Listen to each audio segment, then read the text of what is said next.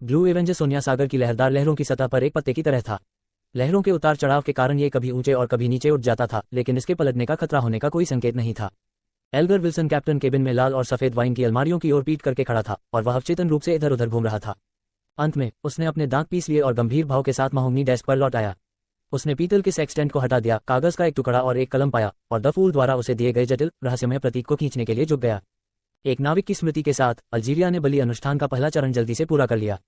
फिर उसने दराज खोली और एक मोमबत्ती निकाली। उन्होंने द्वैतवाद सिद्धांतों के अनुसार अनुष्ठान की स्थापना की और प्रतीक के ऊपर एक मोमबत्ती रखी जो पुतली रहित आंख और आंशिक रूप से मुड़ी हुई रेखाओं के संयोजन से बनी थी। बीच में एक मोमबत्ती रखी गई थी जो बलिदान देने वाले व्यक्ति का प्रतिनिधित्व करती थी। मेज पर सभी वस्तुओं को साफ करने के बाद एल्गर ने अपने हाथ की हथेली में शुद्ध पानी डाला और वेदी को साफ किया। इसके बाद उन्होंने समारोह से प्राप्त चांदी के खंजर का उपयोग करके अपनी मेज के चारों ओर एक सीलिंग दीवार बनाई। ये सब करने के बाद उन्होंने अपनी आध्यात्मिकता का उपयोग करते हुए 2 मोमबत्तियां जलाईं और मंद रोशनी के नीचे कुछ कदम पीछे हट गए। एक गहरी सांस लेते हुए एल्गर ने अपना सिर नीचे किया और प्राचीन हर्मीस में कहा, वह मूर्ख जो इस युग से संबंधित नहीं है। आप भूरे कोहरे के ऊपर रहस्यमय शासक हैं। आप पीले और काले रंग के राजा हैं जो सौभाग्य का स्वामी हैं। आध्यात्मिकता की दीवार के भीतर जादू गूंजता था जो प्रकृति की शक्ति के साथ आगे बढ़ते हुए सर्पिल हवाओं को उत्तेजित करता था। यह मानव बियोडर्स द्वारा बनाई गई सबसे पुरानी बलिदान भाषा थी और इसमें कई रहस्य शामिल थे, हालांकि इसमें उपयोगकर्ता के लिए पर्याप्त सुरक्षा का अभाव था। उस दर्द को सहते हुए जो उसकी त्वचा पर चाकू लगने के समान था, एल्गर ने अपनी जेब से एक छोटी गहरे भूरे रंग की कांच की बोतल निकाली, ढक्कन खोला और उसमें बहुत सारे तिल के आकार के दाने डाले जो धातु की चमक के साथ घूम रहे थे और सुंदरता की एक अवर्णनीय भावना प्रकट हुई। एल्गर ने इन कणों को हवा में बिखेर दिया। आंधी तेज हो गई, लेकिन अब ये 2 अलग अलग रंगों में रंगी हुई थी, चांदी और काला। जैसे जैसे वे टकराते और घुलते मिलते रहे, 2 अलग अलग रंग की हवाएं मोमबत्ती की लौ में समा गईं, जो द फूल का प्रतीक थी, जो एक साधारण आकार के भ्रामक दरवाजे को तोड़ती और तोड़ती थी। इसकी सतह पर वही चिन्ह उकेरा गया था जो अल्जीरिया ने बनाया था। इस समय क्लेन ने अपनी ऊंची कुर्सी के पीछे धुंधला दरवाजा देखा। वह हवा में आध्यात्मिकता को महसूस कर सकता था जो कि अलग हो रही थी और रहस्यमय स्थान को उत्तेजित कर रही थी। ऐसा लगता है कि यह काम कर रहा है। क्लेन को अचानक एक पूर्वाभास हुआ और उसने तुरंत अपनी आध्यात्मिकता फैला दी, उसमें उथल-पुथल और उत्तेजना भर दी। चरमराहट, निरर्थक आवाजों के बीच धुंधला दरवाजा धीरे से खुला। कैप्टन केबिन में एल्गर ने अचानक हवा और रोशनी से बने मायावी दरवाजे को खुला देखा। इसके पीछे असंख्य लगभग अदृश्य छायाओं से बना गहरा अंधेरा था। वे विशाल मात्रा में ज्ञान को समाहित करने वाले चमकदार वैभव थे। उनके ऊपर घना भूरा कोहरा था और प्राचीन महल से वास्तविक दुनिया दिखाई दे रही थी। इस तरह के दृश्य ने अल्जीरिया को अनजाने में कांपने पर मजबूर कर दिया। यह एक गहरा भय, एक अवर्णनीय उत्साह था। उसने जल्दी से रेनबो सैलामेंडर की पिट्यूटरी ग्रंथि उठाई जिसे उसने लंबे समय से तैयार किया था। उसने उसे दोनों हाथों से पकड़ लिया और सिर झुकाकर उसने हथेली के आकार की वस्तु को उठाया जो लगातार रंग बदल रही थी और मायावी दरवाजे की लकीरों पर एक नर्म एहसास दे रही थी। अचानक प्रकट होने और चूषण बल के तुरंत गायब हो जाने से एल्गर के हाथ हल्के हो गए। रेनबो सैलामेंडर की पिट्यूटरी ग्रंथि द्वारा उसे दी जाने वाली हल्की सी झुंझुनी की अनुभूति उसने खो दी। जब तक उसने द फूल की गहरी आवाज अपने कानों में गूंज नहीं ली, तब तक उसने अपना सिर उठाने की हिम्मत नहीं की। आपने अच्छा किया, यह मेरा सम्मान है, एल्गर ने बिना किसी हिचकिचाहट के उत्तर दिया। उसने फिर आगे देखा तो पाया कि मायावी दरवाजा गायब हो गया था। आंधी रुक गई थी और मोमबत्ती की लौ अपनी मूल स्थिति में लौट आई थी। सामान्य प्रक्रियाओं के अनुसार मोमबत्तियां बुझने के बाद एल्गर एक जटिल अभिव्यक्ति के साथ बैठ गया और चुपचाप खुद से कहा, शुरुआत में केवल लोगों को भूरे कोहरे के ऊपर की दुनिया में खींचा जा सकता था। थोड़ी देर के बाद प्रतिक्रियाएं दी जा सकी, प्रार्थनाएं सुनना। अब बलिदान और दान किया जा सकता है। मिस्टर फूल एक समय में एक कदम उठाकर खुद को अपनी दुविधा से मुक्त कर रहा है और धीरे धीरे क्या वह वास्तविक दुनिया में प्रवेश करेगा। इस अनुमान या निष्कर्ष ने अल्जीर को भयभीत और चिंतित कर दिया, लेकिन उसे थोड़ी खुशी भी महसूस हुई। कम से कम मैं टैरो क्लब का सदस्य हूँ, शुरुआती सदस्यों में से एक। उसने आह भरी। ... भूरे कोहरे के ऊपर राजसी महल में क्लेन रेनबो सैलामेंडर की पिट्यूटरी ग्रंथि के साथ खेल रहा था। लगातार रंग बदलने से उसके चेहरे पर तरह तरह के रंग झलक रहे थे। उसकी हथेली में हल्की सी झुंझुनी महसूस हुई और उपलब्धि की एक मजबूत भावना उसके दिल में भर गई, जिससे वह एक वास्तविक मुस्कान प्रकट करने लगा। भविष्य में टैरो क्लब और भी अधिक चमत्कारी हो जाएगा। स्थिति पर विचार करने के बाद क्लेन ने अपनी आध्यात्मिकता को बढ़ाया और मिस जस्टिस का प्रतिनिधित्व करने वाली क्रिम्सन स्टार को अपनी वसीयत भेजी। अपने शयन कक्ष में लौटने के बाद ऑड्रे अब बिस्तर के किनारे पर चुपचाप बैठने में सक्षम नहीं थी। वह बेचैनी से अपने बिस्तर के पास किताबें पलटती रहती थी और समय समय पर एकाग्र दृष्टि से खुद को दर्पण में देखती रहती थी। वह द हैंडमैन के बलिदान अनुष्ठान के पूरा होने की प्रतीक्षा कर रही थी, लेकिन उसे यह भी डर था कि परिणाम असफल होगा। सम्राट रोसेले ने कहा था कि महत्वपूर्ण मामले उठने पर व्यक्ति को शांत और संयमित रहना चाहिए। ऑड्रे, चलो गहरी सांस लें, या शायद मुझे कुत्ते को छेड़ना चाहिए। हालांकि सूसी बात कर सकती है और सोच सकती है, इसलिए वह अपनी गरिमा के साथ एक इकाई है। मैं यूं ही उसे नहीं छेड़ सकता। ऑड्रे का दिमाग घूम गया। उसका हाथ अनजाने में शानदार कपड़े पहने एक अलंकृत बुढ़िया को मरोड़ रहा था। एक अज्ञात समय के बाद एक घना भूरा कोहरा अचानक उसकी आंखों के सामने आ गया और कोहरे की गहराई में एक ऊंची कुर्सी थी। वहां बैठे हुए मूर्ख ने मुस्कुराते हुए कहा, मिस जस्टिस, प्रयास सफल रहा। क्या आपने वह सामग्री तैयार की है जिसमें आध्यात्मिकता शामिल है? ये बहुत अच्छा है, जैसी कि मिस्टर फूल से अपेक्षा थी। ऑड्रे इस मामले में द हैंडमैन की भूमिका भूल गई। उसने अपना उत्साह रोका और कहा, हाँ, मेरे पास हमेशा ऐसी सामग्री होती है। टैरो क्लब में शामिल होने से पहले भी ऑड्रे ऐसी ही थी, लेकिन तब वह नहीं जानती थी कि किन सामग्रियों में आध्यात्मिकता समाहित मानी जा सकती है। उसने उन्हें केवल अपने द्वारा एकत्र किए गए विभिन्न आवश्यक तेल फॉर्मूलों के अनुसार पारिवारिक खजाने से स्थानांतरित किया था। क्लेन ने थोड़ा सिर हिलाया और कहा, आप अनुष्ठान कब आयोजित करने की योजना बना रहे हैं? यह इस आधार पर आधारित है कि आपके आसपास कोई बियॉन्डर नहीं है। क्या बियॉन्डर कुत्ते की गिनती होती है? ऑड्रे ने कसकर बंद दरवाजे को देखा। एक छोटा सा महसूस हुआ उसके विवेक पर जोर दिया। मैं इसे अब कर सकता हूँ। क्लेन ने स्पष्ट रूप से स्वीकार किया। अनुष्ठान की प्रक्रिया वही है जो मैंने पहले वर्णित की थी। आपको बस प्रार्थना को बदलने की जरूरत है। आपका समर्पित सेवक आपके ध्यान के लिए प्रार्थना करता है। मैं आपके राज्य के द्वार खोलने के लिए प्रार्थना करता हूँ। मैं आपसे प्रार्थना करता हूँ कि आप मुझे शक्ति दें। इसके अलावा द्वैतवाद पद्धति का उपयोग करें। ऑड्रे ने इस पर विचार किया, सिर हिलाने की इच्छा से लड़ते हुए, और वह अनुष्ठान की तैयारी करने लगी।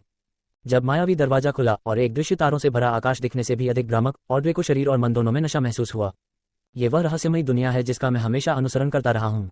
यही वह एहसास है जो मैं हमेशा से चाहता था। उसने मिस्टर फूल की दिल खोलकर प्रशंसा की। ये देवी के प्रति आस्था है, लेकिन मूर्ख के लिए यह पूजा है। ऑड्रे ने चुपचाप अपने मन में अपनी व्याख्या की।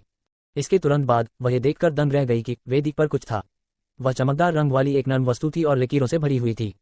इंद्रधनुष सैलामेंडर की पिट्यूटरी ग्रंथ थी। ऑड्रे को अपने दिल में खुशी की लहर महसूस हुई। उसकी आंखें चमक उठी क्योंकि उसमें आगे बढ़ने और उसे पकड़ने की इच्छा थी। हालांकि शिष्टाचार के उसके रीति रिवाजों ने उस पर कब्जा कर लिया क्योंकि उसने एक बार फिर मिस्टर फूल की ईमानदारी से प्रशंसा की। अनुष्ठान समाप्त करने के बाद वह अधीरता से आगे बढ़ी और 5 बार बियॉन्डर सामग्री की सावधानीपूर्वक जांच की। हमारा टैरो क्लब अन्य सभी गुप्त संगठनों की तुलना में उच्च स्तर पर है। ऑड्रे को गुप्त रूप से आत्मसंतुष्टि महसूस हुई। फिर उसने सावधानी से दरवाजे की ओर देखा, मानो सूसी की अचानक घुसपैठ से डर रही हो। उसे अपनी प्रगति को पूरा करने के लिए अपने प्रयासों को दोगुना करना पड़ा और तुरंत औषधि तैयार करनी पड़ी। कुछ मिनट बाद उसने तरल की एक बोतल पकड़ी जिसमें लगातार बदलती चमक थी जो हर किसी के दिल की गहराई तक चमक सकती थी। उसने आत्मविश्वास से टेलीपैथिस्ट औषधि पी ली और बियॉन्डर विशेषताओं के साथ एकीकरण चरण को सफलतापूर्वक पार कर प्रगति हासिल की। अन्य पहलुओं में काफी वृद्धि के साथ उसके सामने का दृश्य काफी हद तक साफ होता दिख रहा था। ऑड्रे ने विलुप्त हो रही आध्यात्मिकता को नियंत्रित करने के लिए कॉगिटेशन का परिचित रूप से उपयोग किया। उसका क्रम स्थिर होने के बाद वह मुस्कुराए और गोल्डन रिट्रीवर को अंदर आने देते हुए तेजी से दरवाजे की ओर चली गई। उसने सूसी के चेहरे पर स्पष्ट संदेह देखा। आपने सामान्य से अधिक समय लिया। सूसी ने अपने विचार नहीं छिपाए। ऑड्रे एक उदबिलाव पर बैठ गई और विषय बदलने से पहले खूब हंसी। सूसी, मुझे बताओ, मुझे खुद को प्रकट किए बिना जियो और फोर्स को किसी विशेष मामले के बारे में गुप्त रूप से कैसे सूचित करना चाहिए, फिर भी उन्हें दिलचस्पी लेनी चाहिए। अपना वाक्य पूरा करने से पहले ऑड्रे ने मिस्टर फूल द्वारा उसे सौंपे गए मिशन पर गंभीरता से विचार करना शुरू कर दिया था। फिर उसने सूसी की ओर देखा और सूसी ने पीछे मुड़कर उसकी ओर देखा। इंसान और कुत्ता दोनों एक ही पल में गहरी सोच में पड़ गए। ... अपना लक्ष्य पूरा करने के बाद क्लेन वास्तविकता में लौट आया। दरवाजे से बाहर निकलने से पहले 1 घंटे से अधिक समय तक सोया। उन्होंने सोने के रिम वाले चश्मे, विग और विभिन्न प्रकार की मूंछें खरीदने के लिए 1 पाउंड खर्च किए जिन्हें फाड़ा जा सकता था और चिपकने वाले से चिपकाया जा सकता था। वे ऐसे भेज थे जिनकी उसे बाद में आवश्यकता होगी। रात्रिभोज से पहले उन्होंने ईस्ट बरो की यात्रा की, जो शहर का सबसे भीड़भाड़ वाला इलाका और सबसे असुरक्षित हिस्सा है। उन्होंने एक बेडरूम का घर 400 ली, 3 पेंस प्रति सप्ताह के किराए पर लिया। उन्होंने 2 सप्ताह का किराया और एक जमा राशि का भुगतान किया, जो कुल मिलाकर 1700 तक पहुंच गया। तभी क्लेन ने अपनी सभी प्रारंभिक तैयारियां पूरी कर लीं। ईस्ट बरो ने भी उन पर गहरी छाप छोड़ी। यहाँ की अधिकांश सड़कें टिंगन की लॉ स्ट्रीट जैसी ही थीं, लेकिन जिस क्षेत्र की विशेषताएं समान थीं, वह कई गुना बड़ा था। यहाँ के निवासियों के कपड़े पुराने परंतु शालीन थे। उनमें से कई लोग मैली त्वचा और पतले फ्रेम वाले मैले कपड़े पहने हुए थे। ऐसा लगता था मानो वे अपनी भूख या गरीबी के कारण किसी भी क्षण जानवर बन जाएंगे। इसलिए पूर्वी बरो में गिरोह बड़े पैमाने पर चल रहे थे। जब वह चेरवुड बरो वापस आया तो क्लेन को ऐसा लगा मानो वह नरक से स्वर्ग में प्रवेश कर गया हो। अगले 2 दिनों तक उन्होंने अनुष्ठान करने और आकर्षण पैदा करने के लिए अपनी आध्यात्मिकता का प्रयोग किया। उन्होंने अब देवी से प्रार्थना नहीं की और अपने छोटे विज्ञापनों के फल आने का इंतजार किया। गुरुवार की सुबह क्लेन ने आखिरकार दरवाजे की घंटी सुनी।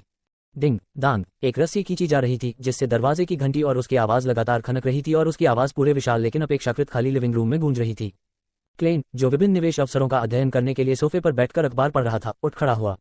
उसने बिना बोटाई के सफेद शर्ट और काली बनियान पहनी हुई थी, ठीक वैसे ही जैसे कोई घर पर पहनता है। एक जासूस के रूप में मेरे करियर की पहली नौकरी, लेकिन मैं किसी मिशन के आने का इंतजार करते हुए हमेशा घर पर नहीं रह सकता।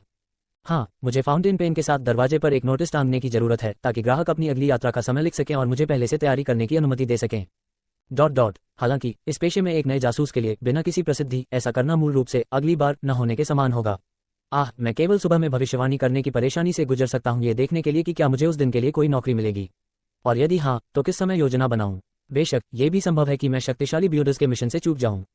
ठीक है, ऐसा ही है, आखिरकार यह एक अच्छी बात हो सकती है। वह दरवाजे तक गया और झांकने के छेद से देखे बिना उसके दिमाग में बाहर आने वाले आगंतुकों की छवि उभरी।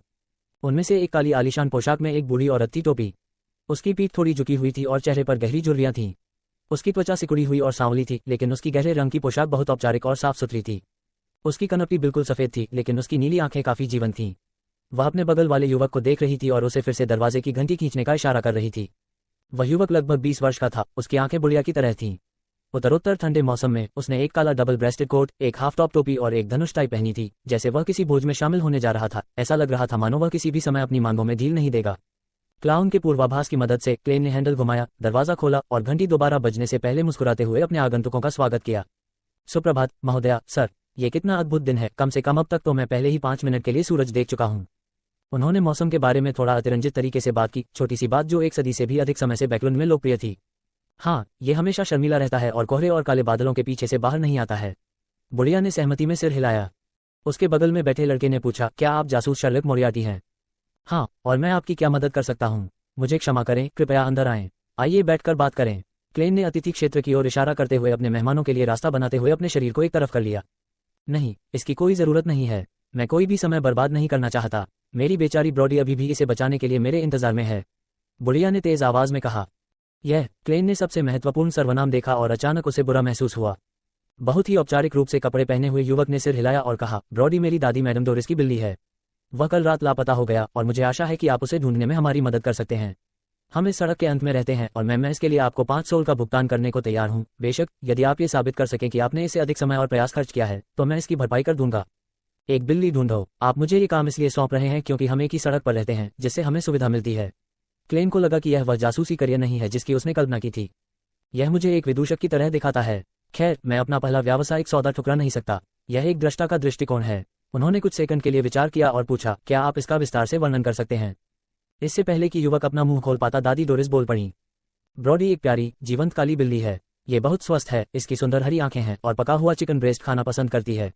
देवी, कल रात वह ऐसे ही भाग गया। नहीं, ये खो गया होगा। हमने उसके कटोरे में बहुत सारे चिकन ब्रेस्ट रखे हैं, लेकिन उसने दोबारा देखने से इनकार कर दिया। ... क्लेन के होंठ ऊपर उठे और कहा, मैं आपके विवरण से बहुत संतुष्ट हूँ श्रीमती डोरिस। मैं इस अनुरोध को स्वीकार करता हूँ। ठीक है, चलो अब तुम्हारे घर चलते हैं। मुझे सुराग खोजने और निशान ढूंढने की जरूरत है। आपको स्पष्ट होना चाहिए कि मेरे तर्क का आधार विवरण में निहित है। श्रीमती डोरिस ने अपने पोते से परामर्श नहीं किया और सिर हिलाया और कहा, आप सबसे सक्रिय जासूस हैं जो मैंने कभी देखा है। यह एक सौदा है। क्लेन ने अपना कोट और टोपी लगाई, अपनी छड़ी उठाई और मैडम डोरिस और उनके पोते के पीछे सड़क पर आ गया। टिंगन के विपरीत बैकलैंड के कई हिस्सों में सड़कों को सीमेंट या डामर के साथ फिर से बनाया गया था। यहाँ तक कि एक के दौरान भी भारी बारिश के कारण सड़कों पर कीचड़ कम था। जब बूढ़ी औरत रास्ता दिखा रही थी, उसका पोता क्लेन के पास आया और धीमी आवाज में कहा, मुझे आशा है कि आप ब्रॉडी को ढूंढने की पूरी कोशिश करेंगे। मेरे दादाजी और माता पिता के निधन के बाद से यह मेरी दादी के जीवन के स्तंभों में से एक रहा है। ब्रॉडी के लापता होने के बाद मेरी दादी के दिमाग में कुछ गलत हो गया, इतना कि उन्होंने बातें सुननी शुरू कर दी। वह मुझसे कहती रहती है कि उसने बेचारे ब्रॉडी को बुरी तरह म्याऊं म्याऊं करते हुए सुना है। क्लेन ने तुरंत सिर हिलाया और कहा, मैं अपना सर्वश्रेष्ठ प्रयास करूंगा। ठीक है, मुझे अभी भी आपका नाम नहीं मिला है। जुर्गन कूपर, एक वरिष्ठ वकील, युवक ने उत्तर दिया। जल्द ही वे 58 मिन्स्क स्ट्रीट पहुंचे और अंधेरे घर में प्रवेश किया। ये ब्रॉडी का कटोरा है। यह उसका पसंदीदा बॉक्स है। वह हमेशा यहीं सोता है। डोरिस का झुर्रियों वाला चेहरा चिंता और उम्मीद से भरा हुआ था। क्लेन नीचे बैठ गया और उसे बॉक्स में काली बिल्ली के फर की कई किस्में मिलीं। वह सीधा हुआ और अपने चांदी से जड़े बेत को उस हाथ से पकड़ लिया जिसमें बिल्ली के बाल थे।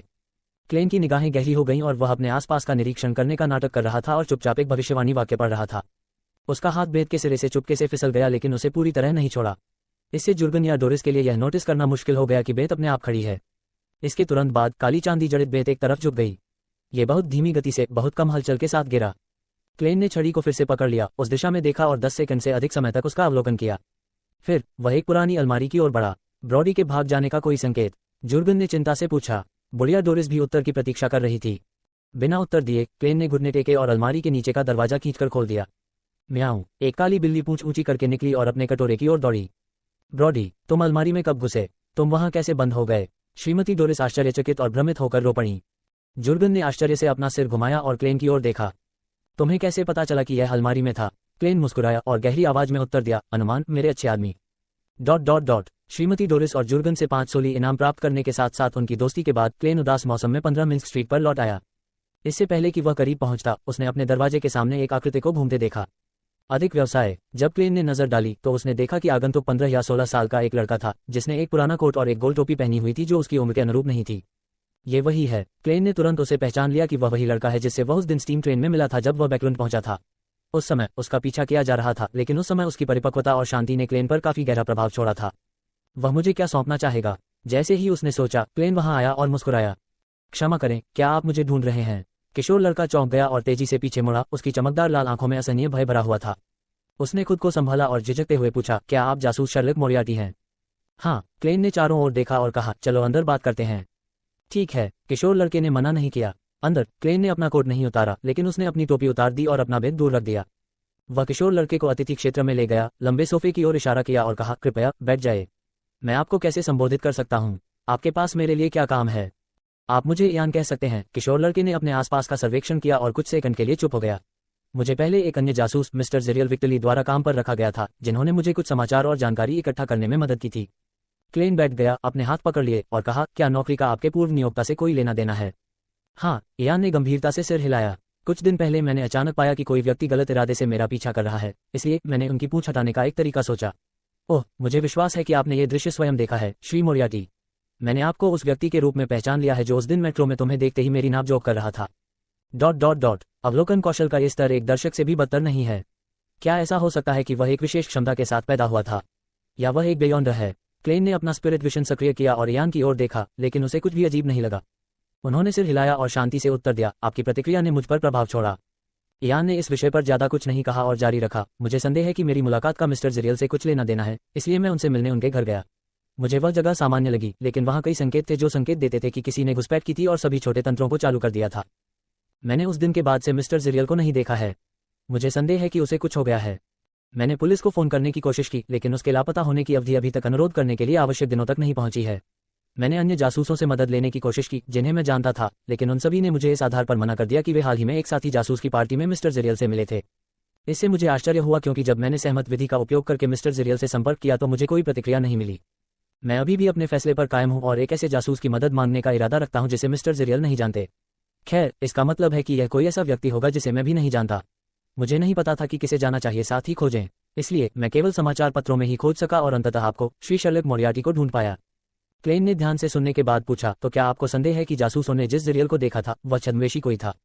अपनी भूरे रंग की गोल टोपी पकड़े हुए इयान ने ऐसे उत्तर दिया जैसे उसने पहले से ही इसके बारे में सोचा हो। यह एक संभावना है, लेकिन मुझे लगता है कि इसमें शामिल बड़े जोखिमों के कारण यह बहुत मुश्किल है। पार्टी रात में थी और यह सच है कि रोशनी नहीं थी बहुत उज्ज्वल, लेकिन इसमें भाग लेने वाले अधिकांश लोग जासूस हैं, गहन अवलोकन कौशल वाले जासूस। बस एक विग दाढ़ी या सौंदर्य प्रसाधन उनकी आंखों से छिप नहीं सकते। शायद कुछ परे शक्तियां ऐसा कर सकती हैं, बिल्कुल वैसे ही जैसे कैसे रेंगने वाली भूख ऐसी क्षमता को सक्षम बनाती है। क्लेन के प्रश्न में एक छोटा सा जाल था। वह किशोर लड़के के उत्तर, उसके चेहरे के हाव भाव और उसकी शारीरिक भाषा से यह पता लगाना चाहता था कि क्या वह कभी बियॉन्डर्स के संपर्क में आया था, या क्या वह रहस्यवाद के बारे में कुछ जानता था। प्रारंभिक उत्तर नहीं था। जब इयान ने जासूस मोरियार्टी को अपने तर्क से सहमति में थोड़ा सिर हिलाते देखा तो उसने जारी रखा, मेरा मानना है कि जासूसों ने मिस्टर जेरियल को देखा था, लेकिन वह स्वतंत्र नहीं था।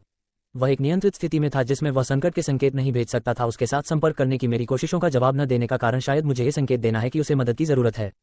एक उचित स्पष्टीकरण। क्लेन ने अपने जुड़े हुए हाथों को छोड़ा और थोड़ा पीछे बैठ गया, जिससे वह अधिक आराम और आत्मविश्वास से भरा हुआ लग रहा था। इयान गंभीरता से कहने से पहले लगभग 10 सेकंड के लिए चुप हो गया। मैं आपको मिस्टर जेरियल की जांच करने और उनकी वर्तमान स्थिति का निर्धारण करने का काम सौंपना चाहता हूं। मुझे बस पुष्टि की आवश्यकता है। यह मानते हुए कि इयान एक अर्ध पेशेवर था जिसने एक जासूस के लिए खुफिया जानकारी और जानकारी एकत्र की थी, क्लेन का इरादा उससे परिचित कराने का था। उन्होंने मुस्कुराते हुए कहा, तो फिर आप कितना भुगतान करने जा रहे हैं? आपको अच्छी तरह से पता होना चाहिए कि यह बहुत खतरनाक हो सकता है। इयान ने अपने पुराने कोट की जेब की ओर देखा और कुछ विचार विमर्श के बाद कहा, 2 रास्ते हैं।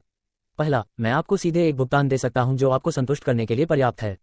बाद में, चाहे मिशन सरल हो या कठिन, ये सब तब तक होगा जब तक आपको अपेक्षाकृत गंभीर चोट न लग जाए। दूसरी बात, मैं आपको 5 पाउंड अग्रिम भुगतान कर सकता हूं और जब आप काम पूरा कर लेंगे तो आप मामले की कठिनाई के आधार पर बिल में वृद्धि कर सकते हैं। लेकिन विवाद पैदा करना आसान है, भले ही कोई अनुबंध हो। क्लेन ने सोच में पड़ने का नाटक किया और लगभग 30 सेकंड के बाद धीमी आवाज में कहा, हम इसे इस तरह से क्यों नहीं करते? आप मुझे 5 पाउंड अग्रिम भुगतान कर सकते हैं और मिशन पूरा होने के बाद 3 चीजों में मेरी मदद कर सकते हैं। चिंता न करें, उनमें कुछ भी मुश्किल नहीं होगा। वे आपकी क्षमताओं के भीतर होंगे और इससे आपको ज्यादा असहजता महसूस नहीं होगी। अनुबंध में इस पर सहमति हो सकती है। खड़े होने से पहले इयान ने अपनी भौहें सिकोड़ लीं। वह आगे झुका और अपना दाहिना हाथ फैलाया। ठीक है। क्लेन ने उससे हाथ मिलाया, एक मानक अनुबंध निकाला जो उसने तैयार किया था। एक गोल फाउंटेन पेन उठाया, उसने जिन सभी विवरणों पर चर्चा की थी उन्हें जोड़ा और अपने फिंगरप्रिंट से उस पर मुहर लगा दी। अनुबंध पर हस्ताक्षर करने के बाद उन्होंने किशोर लड़के इयान को श्वेत पत्र का एक ढेर दिया और उसे डिटेक्टिव जेरियल की प्रासंगिक जानकारी लिखते हुए देखा। थोड़ी देर के बाद उन्होंने जानकारी ब्राउज की और लापरवाही से पूछा, अगर कोई आपातकालीन स्थिति हो या अगर मैंने जेरियल की स्थिति की पुष्टि की है तो मैं आपसे कैसे संपर्क कर सकता हूं? इयान ने अपने होंठ भींचे और काफी देर तक चुप रहा। जब क्लेन ने उसकी ओर देखा तो उसने थोड़े सख्त अंदाज में जवाब दिया, आपको मुझसे संपर्क करने की जरूरत नहीं है, मैं सही समय पर हाजिर हो जाऊंगा। बिना कुछ कहे उसने अपने पुराने कोट की जेब से नकदी का एक बड़ा ढेर निकाला। ऐसा प्रतीत होता है कि उन्हें उच्च अंकित मूल्य से लेकर निम्न अंकित मूल्य तक बहुत साफ सुथरे क्रम में रखा गया था। इयान ने नीचे से 1 पाउंड के 3 नोट निकाले, 5-5 सोली के 6 नोट गिने और अंत में 1 सोली के 10 नोट गिने। जब क्लेन ने देखा कि इयान ने नोटों को बड़े करीने से व्यवस्थित किया है, यहाँ तक कि पूर्व राजाओं के चित्र भी बिना किसी गलती के ऊपर की ओर हैं, तो क्लेन को अचानक थोड़ा निराशा महसूस हुई। ये कुछ अंतिम चरण का जुनूनी बाध्यकारी विकार है। उसने चुपचाप सांस छोड़ी और इयान से भुगतान प्राप्त किया। उनके दृश्य अनुमान के अनुसार इयान के पास 3 पाउंड से भी कम बचा था। शायद उसके पास उसकी सारी बचत थी। अगर मैंने और मांगा होता तो क्या वह भुगतान किए बिना मुझे जमानत दे देता? वह ऐसा करने वाले व्यक्ति की तरह नहीं दिखता है, लेकिन किसी को किसी किताब को उसके कवर से नहीं आंकना चाहिए। क्लेन ने बेतरतीब ढंग से बिलों को मोड़ा और गंदगी को नजरअंदाज करते हुए उन्हें अपनी जेब में भर लिया। इस प्रकार वह इयान की थोड़ी मुड़ी हुई अभिव्यक्ति को देखने में सफल रहा। मैं जल्द से जल्द जांच पूरी करने की कोशिश करूंगा। क्लेन खड़ा हुआ और उसे विदाई देने के संकेत के रूप में अपना हाथ बढ़ाया। आपकी मदद के लिए आपको धन्यवाद। इयान ने उन्हें ईमानदारी से धन्यवाद दिया क्योंकि प्रतिप्रस्ताव स्पष्ट रूप से एक छूट था। उस लड़के को, जो अपनी उम्र से अधिक परिपक्व था, जाते हुए देखकर क्लेन ने उसकी ठुड्डी पर हाथ फेरा और चुपचाप खुद से कहा, यह मामला जितना लगता है उससे कहीं अधिक गहरा है। इयान ने जरियल की हालिया जांच के बारे में या उसे कौन सी जानकारी इकट्ठा करने का निर्देश दिया गया था, इसके बारे में कुछ भी उल्लेख नहीं किया।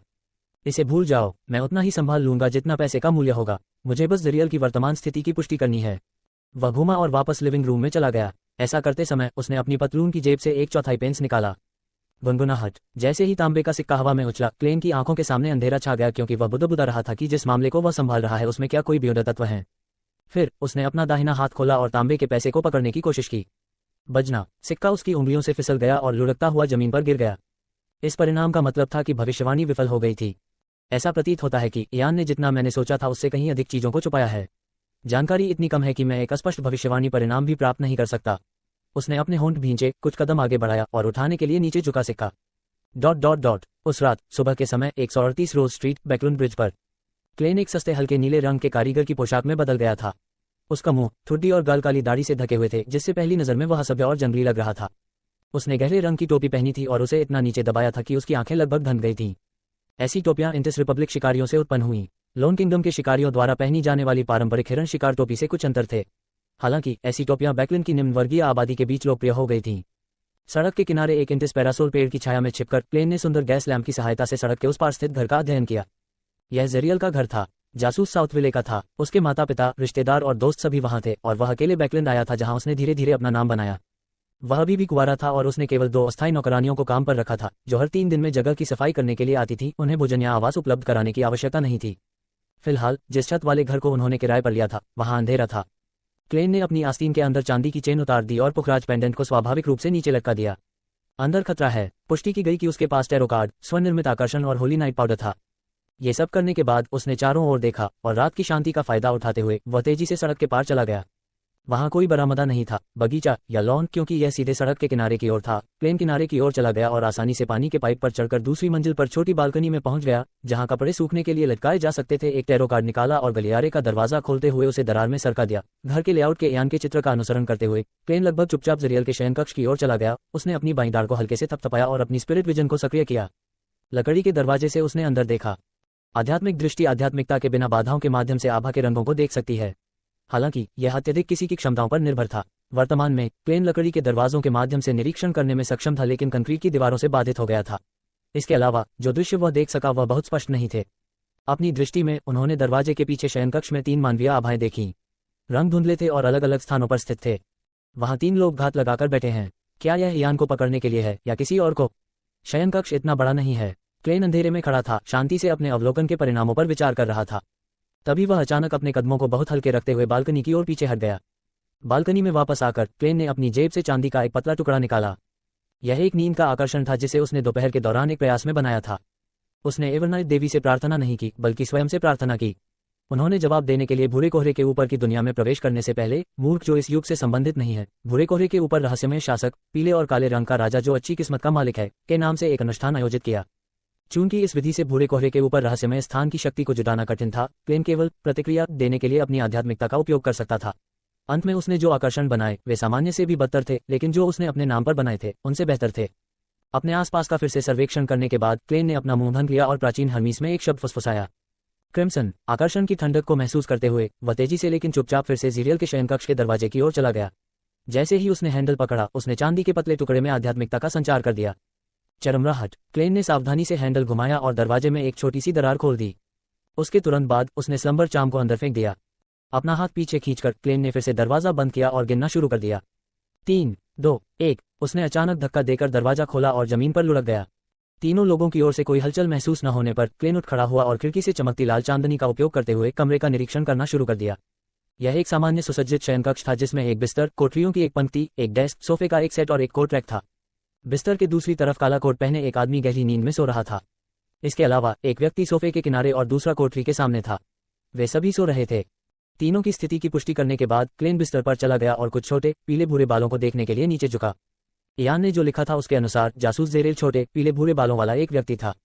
ये सही होना चाहिए, क्लेन फुसफुसाया। उसने बालों की कुछ लंटें पकड़ी और सोफे पर बैठ गया। वह धीरे धीरे लाल रंग की रोशनी से सने अंधेरे में बैठ गया और जेरियल को खोजने के लिए स्वप्न की भविष्यवाणी का उपयोग करने की योजना बनाई। सोफे के पीछे की ओर झुकते हुए उसके मुंह का कोना मुड़ गया और उसने आत्मनिंदा करते हुए टिप्पणी की, डिडक्शन, मेरा अच्छा आदमी। धुंधला कमरा लाल चांदनी के पतले घूंघट से ढका हुआ था और सब कुछ अस्पष्ट था। काले कोट में 3 आदमी अलग अलग जगहों पर सो रहे थे और सोफे पर क्लेन की आंखें बंद होकर आधी अधूरी हो गईं। ऐसा लगा मानो वह गहरी नींद में चला गया हो। उसका सपना एक धूसर विकृत दुनिया थी जो कभी कभी चमक से चमकती थी। अंततः प्रतिभा ने एक दृश्य का निर्माण किया। यह एक उदास कोना था। जमीन गंदे पानी से पटी हुई थी। छोटे भूरे बाल, सफेद शर्ट और भूरे रंग की बनियान वाला एक आदमी भूरे चूहों के घने उत्पात से घिरा हुआ दीवार के सहारे झुका हुआ था। उस आदमी के आधे होंठ काट दिए गए थे जिससे उसके पीले दांत और सड़े हुए मसूड़े दिखाई दे रहे थे। उसकी नाक केवल खून से सनी हुई थी, कुछ छोटे बालों के साथ मिश्रित थी और उसके चेहरे पर मांस टुकड़े टुकड़े होकर गायब हो गया था जिससे सफेद हड्डी दिखाई दे रही थी। सफेद मोटे कीड़े हर जगह रेंग रहे थे, लगातार छटपटा रहे थे और उसका गला ऐसा लग रहा था जैसे किसी जंगली जानवर का शिकार हो गया हो। इसका कम से कम आधा हिस्सा गायब था। क्लेन बमुश्किल समझ सका कि यह जेरियल विक्टली था। इयान के साथ ली गई श्वेत शाम तस्वीर में उसे परिपक्व और सुंदर आदमी से जोड़ना लगभग असंभव था। जेरियल पहले ही मर चुका है। कुछ ही दिनों में शायद उसे इतना चबाया जाएगा कि वह सिर्फ हड्डी बनकर रह जाएगा। हो सकता है कि उसके पास पूरा कंकाल भी न बचा हो। क्लेन ने सपना छोड़ दिया और उसे याद आया जो उसने अभी देखा था। उनके पिछले अनुभवों ने उन्हें इसी तरह की लाशों को अधिक शांति से देखने की अनुमति दी थी। खिड़की से बाहर लाल चांद को देखते हुए क्लेन ने 10 सेकंड से अधिक समय तक सोचा और सोफे के बगल में काले कपड़े पहने आदमी की आत्मा से संवाद करने का प्रयास करने का फैसला किया। तैयारी के आखिरी कुछ दिनों के दौरान उन्होंने अमांथा अर्क और आई ऑफ द स्पिरिट दवा की एक बोतल तैयार की थी। जहां तक सेरेनिटी एजेंट की बात है, क्लेन को इसकी कोई आवश्यकता नहीं थी। वह व्यक्तिगत रूप से दूसरों के सपनों पर आक्रमण करने और शांति और तर्कसंगतता बनाए रखते हुए उनकी आत्माओं के साथ जबरदस्ती संवाद करने में सक्षम थे। एक साधारण वेदी स्थापित करने और अर्ध स्वप्न की स्थिति बनाने के लिए शांत और शांत सुगंध को बाहर आने देने के बाद क्लेन ने खुद से प्रार्थना की, वह मूर्ख जो इस युग का नहीं है। इसके बाद उन्होंने धूसर कोहरे के ऊपर की दुनिया में प्रवेश किया और प्रतिक्रिया देने के लिए अपनी आध्यात्मिकता का 2/3 से अधिक उपयोग किया। जब मैं अनुक्रम 7 की ओर आगे बढ़ता हूं तो ऐसी प्रार्थनाओं से मुझे बुरे कोहरे के ऊपर रहस्यमय स्थान की थोड़ी सी शक्ति का उपयोग करने की भी अनुमति मिलनी चाहिए, ठीक मेरे आह्वान और उपहार अनुष्ठानों की तरह। चारों ओर देखते हुए क्लेन ने एक मोटा निर्णय लिया और जल्दी से वापस लौट आया असली दुनिया। वह तारों भरे आकाश और विचारों के अराजक तूफान से गुजरकर लक्ष्य के मानसिक स्तर में प्रवेश कर गया। वहां उन्होंने उस आदमी की मायावी आकृति को हवा में तैरते हुए देखा। तुम्हें जीरियल के घर किसने भेजा? क्लेन ने उसकी ओर देखा और गहरी आवाज में पूछा। उस आदमी ने अचंभित होकर अपनी मायावी आंखें खाली करके उत्तर दिया, मरसौल्ट। मेरसौल्ट ने मुझे इयान नाम के लड़के का इंतजार करने के लिए भेजा था। उनकी आध्यात्मिक दुनिया में रोशनी बदल गई जिससे एक दुबले, सक्षम दिखने वाले, गहरे रंग के व्यक्ति का पता चला। वह कोई और नहीं बल्कि उस समूह का नेता था जो स्टीम ट्रेन पर इयान का पीछा कर रहा था। जैसा कि अपेक्षित था, ये वही है। क्लेन, जिसने प्रार्थना का उत्तर देने में अपनी आध्यात्मिकता का इतना उपयोग कर लिया था, थकावट महसूस करने लगा था। उसने झट से पूछा, मरसौल्ट को किसने आदेश दिया? पता नहीं, वह हमारे ज़मांज गिरोह का जल्लाद है। बॉस के अलावा कोई भी उसे आदेश नहीं दे सकता, आदमी ने स्पष्ट रूप से कहा। ज़मांज, पर्वतारोहियों की भाषा में योद्धा शब्द। क्लेन, एक छद्म इतिहासकार लेकिन एक सच्चा रहस्यवाद विद्वान। अचानक उसके सिर में तेज दर्द महसूस हुआ और उसका शरीर अनजाने में विचारों के तूफान से उड़ गया। कुछ देर बाद वह मीडियमशिप से बाहर निकला और महसूस किया कि उसका सिर धड़क रहा है। उसे जाने की कोई जल्दी नहीं थी। उसने ओरियल खिड़की खोलने से पहले सामग्री और छोटे पीले भूरे बालों को व्यवस्थित रूप से पैक किया ताकि ठंडी रात की हवा में अमथा अर्क और आई ऑफ द स्पिरिट दवा की गंध फैल सके। जब ऐसा हुआ, क्लेन बालकनी में लौट आया, दरवाजा अंदर से बंद कर दिया और उन सभी जगहों को मिटा दिया जिन्हें उसने छुआ था। जब जेरियल का शयनकक्ष अपनी मूल स्थिति में लौट आया तो उसने अपना हाथ अपनी छाती पर रखा और उन 3 लोगों की ओर झुक गया जो अभी भी गहरी नींद में सो रहे थे। अपनी पीठ सीधी करते हुए क्लेन ने अपने दस्ताने पहने और फुर्ती से ओरियल खिड़की से बाहर छलांग लगा दी। वह सामान्य रूप से तंग जगह में पंजों के बल चलते हुए मजबूती से खड़ा था। उसने खुली खिड़की की खड़ी कुंडी उठाई और उसके निचले हिस्से को पकड़ने के लिए टैरो कार्ड का इस्तेमाल किया। अपनी विदूषक क्षमताओं के साथ उन्होंने विवरण लिया और संतुलन को समायोजित किया। कुछ सेकंड के बाद क्लेन ने धीरे से टैरो कार्ड को वापस खींच लिया और ऊर्ध्वाधर कुंडी अचानक अपनी जगह पर रुक गई और आगे नहीं गिरी। वाह! सबसे पहले उसने खिड़की का खुला हुआ आधा हिस्सा बंद कर दिया, फिर वह कुंडी लगाकर खिड़की पर कूद गया। उसका दाहिना हाथ झटके से अंदर की ओर चला गया, जिससे खिड़की का आधा हिस्सा बंद हो गया। कार्रवाई की गति इतनी तेज थी कि कुंडी तब तक नीचे नहीं गिरी जब तक कि कोई कंपन न हो, सटीक रूप से खुद को मिलान वाले छेद में डाल दिया। बजना, एक ऐसी आवाज आई जिसे खत्म करना मुश्किल था, जैसे तेज हवा कांच की सतह पर टकरा रही हो। क्लेन को पता था कि बेडरूम में 3 आदमी जागने वाले थे। बिना किसी देरी के वह सड़क पर कूद गया। फिलहाल उनके लिए दूसरी मंजिल से ऊंचाई कोई खतरा पैदा नहीं करेगी। बात सिर्फ इतनी थी कि जब वह उतरा तो वह अपनी चुप्पी बरकरार नहीं रख सका, इसलिए उसने कोई स्पष्ट आवाज नहीं निकाली। क्लेन तुरंत आसपास के क्षेत्र के साथ साथ रोज स्ट्रीट से भी चला गया, लेकिन उसने सीधे चेरवुड बरो के मिन्स्क स्ट्रीट के लिए किराए की गाड़ी नहीं ली। वह कुछ कोनों में घूमा और पड़ोसी ईस्ट बरो की ओर चला गया। वह एक ठंडी रात थी और हवा ने सीधे उसकी हड्डियों में कड़कड़ाती ठंडक पहुंचा दी। क्लेन कांप उठा और उसने निर्णय लिया कि उसे अपने भविष्य के मिशनों के लिए एक अतिरिक्त स्वेटर की आवश्यकता होगी। उन्होंने अगले दिनों में से किसी एक दिन लकड़ी का कोयला खरीदने और चिमनी को अपनी भूमिका निभाने देने का फैसला किया। अज्ञात समय के बाद, नक्शा न होने के बावजूद वह बैकलैंड के ईस्ट बरो में प्रवेश कर गया। वह पूरी तरह से वृत्ति पर निर्भर था। दूर तक केवल कुछ ही गैस लैंप दिखाई दे रहे थे और अगर ऐसा नहीं होता कि काले बादलों ने लाल चंद्रमा को नहीं ढका होता तो क्लेन का मानना था कि सड़क के कई हिस्से बिल्कुल काले हो जाते। जैसे ही वह चल रहा था, उसने अचानक देखा कि उसके सामने गहरे अंधेरे में 2 जोड़ी आंखें दिखाई दीं। वे दूर से झुककर आए। वे कुछ दूर से चुपचाप टहलते रहे। जीवित लाशें। क्लेन अचानक रुक गया। वह अपने रिक्विम चार्म और टैरो कार्ड के लिए पहुंचा और उसने तुरंत अपने स्पिरिट विजन को सक्रिय कर दिया। उन्होंने अस्वस्थ और कमजोर रंग की आभा देखी और असंख्य आकृतियों के चेहरे देखे। ये सभी जीवित लोग थे, सुन्न भाव, खाली आंखें और कमजोर हरकतों वाले सामान्य जीवित लोग। वहां पुरुष और महिलाएं दोनों थे। लगभग आधी रात हो चुकी है, वे अभी भी सड़कों पर क्यों चल रहे हैं? उलझन में क्लेन सावधानी से एक तरफ झुक गया, फुटपाथ पर समूह को पार करते हुए, लेकिन जल्द ही उसे दूसरी लहर, तीसरी लहर का सामना करना पड़ा। उन सभी को स्तब्धता के बीच समान दर्द था। वह थोड़ा सा घबरा गया और जैसे ही वह पूछताछ करने के लिए आगे बढ़ने वाला था, उसने अचानक सामने से चिल्लाने की आवाज सुनी। उठो, तुम सब उठो, तुम कुतियों के बेटों, सड़कें और पार्क आप जैसे लोगों के सोने के लिए नहीं हैं। ... क्लेन चौंक गया, फिर उसके दिमाग में संबंधित शब्द गरीब कानून आया और वह समझ गया कि क्या हो रहा था। ऐसा ही अनुभव उन्होंने स्वयं भी किया था। ओह! क्लेन ने सांस छोड़ी, गति पकड़ी और ईस्ट बरो में ब्लैक पाम स्ट्रीट पर अपने एक बेडरूम वाले घर की ओर चला गया। वहां वह 2 घंटे तक सोए। अपनी कुछ आध्यात्मिकता को पुनः प्राप्त करने के बाद वह फिर से बाहर गया और डोजिंग रॉड के रूप में काम करने के लिए एक सूखी शाखा को तोड़ दिया। जेरियल की लाश का स्थान। ... बार बार भविष्यवाणी करने के बाद क्लेन छोटे पीले भूरे बालों की मदद से लंबे समय तक चलता रहा जब तक कि वह ईस्ट बरो के एक कोने पर नहीं पहुंच गया जहां एक सीवा था प्रवेश द्वार। 12 साल पहले महान प्लेग के बाद लोन साम्राज्य ने धीरे धीरे राजधानी में एक उन्नत सीवा प्रणाली का निर्माण किया और एक ही झटके में इंटिस गणराज्य की रोसेल्स हेरिटेज को पीछे छोड़ दिया। मैनहोल के ढक्कन को हटाकर क्लेन ने अपनी सांस रोकी और खड़ी धातु की सीढ़ियों से नीचे उतर गया। चूंकि उसके कपड़े विशेष रूप से नहीं बनाए गए थे, जेब की कमी के कारण वह अधिक सामान लाने में असमर्थ था। वह क्वेलाग का तेल नहीं लाया था जिसके बारे में उसने फ्राई से सीखा था। क्लेन को ताजगी देने वाला और गंध दूर करने वाला क्वेलाग ऑयल न लाने पर विशेष रूप से अफसोस हुआ। 10 सेकंड बाद क्लेन का पैर चिपचिपी जमीन को छू गया। गंदगी के एहसास से उसकी बाहों और शरीर पर बारीक रोंटे खड़े हो गए। हालांकि वह केवल इसे सहन कर सका और खाली और शांत सीवा में गहराई तक उतरते हुए आगे बढ़ना जारी रखा। आगे सड़क पर एक कांटा था जो अपेक्षाकृत छिपा हुआ था। वहां से एक घनी तीक्ष्ण गंध आ रही थी। क्लेन घूमा और अंत तक चला गया जहां उसने घनी संख्या में आध्यात्मिकता के प्रकाश बिंदु और आभा के रंग देखे। मोमबत्ती का उपयोग किए बिना उसने अपनी स्पिरिट विजन को सक्रिय किया और सीधे देखा कि अंधेरे कोने में एक सड़ी हुई लाश थी जिसके टुकड़े कर दिए गए थे। ये बिल्कुल वैसा ही दृश्य था जैसा उसने स्वप्न में देखा था। चीख! घने भूरे रंग के चूहे हर दिशा में इधर उधर भाग रहे थे, लेकिन कुछ ऐसे भी थे जो जहां थे वहीं रह गए, वहां से जाने और अपना भोजन छोड़ने को तैयार नहीं थे। ये पुष्टि करने के बाद कि यह जेरियल था, क्लेन ने तुरंत एक मीडियमशिप अनुष्ठान स्थापित करने से पहले एक पल के लिए झिझक किया। अगर यान के विवरण में कुछ भी गलत नहीं है और जेरियल की मृत्यु कुछ दिन पहले ही हुई है, तो मुझे उसकी आत्मा का उपयोग करके कुछ मोटी जानकारी प्राप्त करने में सक्षम होना चाहिए, उसने आत्मविश्वास से सोचा। वाह! जैसे ही हवा चली और आध्यात्मिकता की दीवार खड़ी हो गई, सभी चूहे भाग गए और क्लेन अपने अनुष्ठान के साथ आगे बढ़ा जैसा उसने पहले किया था। जेरियल की मृत्यु का कारण। उस धुंधली, मायावी दुनिया में क्लेन ने अपनी आंखें खोली, अपना फैसला सुनाते हुए चैनलिंग विफल हो गई। किसी ने जेरियल की आत्मा के साथ व्यवहार किया है। एक ब्योडर इसमें शामिल था जो जेरियल के रूप में प्रच्छन्न था। अन्य जासूस भी उसे समझने में असमर्थ थे। कुछ विचार विमर्श के बाद क्लेन इस निर्णय पर पहुंचा कि इस मामले को यहीं समाप्त कर दिया जाए और इसमें आगे कोई भी शामिल न हो। उसे जो काम सौंपा गया था उसने उसकी सभी शर्तें पूरी कर ली थीं। मैं यान को पुलिस को बुलाने के लिए कहूंगा, उसने सामान हटाते हुए और आध्यात्मिकता की दीवार को हटाते हुए बुदबुदाया। जेरियल की लाश को छुए बिना क्लेन रास्ते के कांटे से पीछे हट गया। थम! अचानक दूर खाली सीवरों से एक आवाज गूंज उठी। सीवेज चैनल के दोनों किनारों पर चलने वाली गंदी कंक्रीट सड़क से बाहर निकलने की ओर निर्णायक रूप से पीछे हटने से पहले क्लेन ने कुछ सेकंड तक सुना। उन मामलों में जोखिम लेने की कोई जरूरत नहीं थी जिनमें वह शामिल नहीं था। सीवर से बाहर निकलने के बाद क्लेन ने लोहे के मैनहोल के ढक्कन को बंद कर दिया।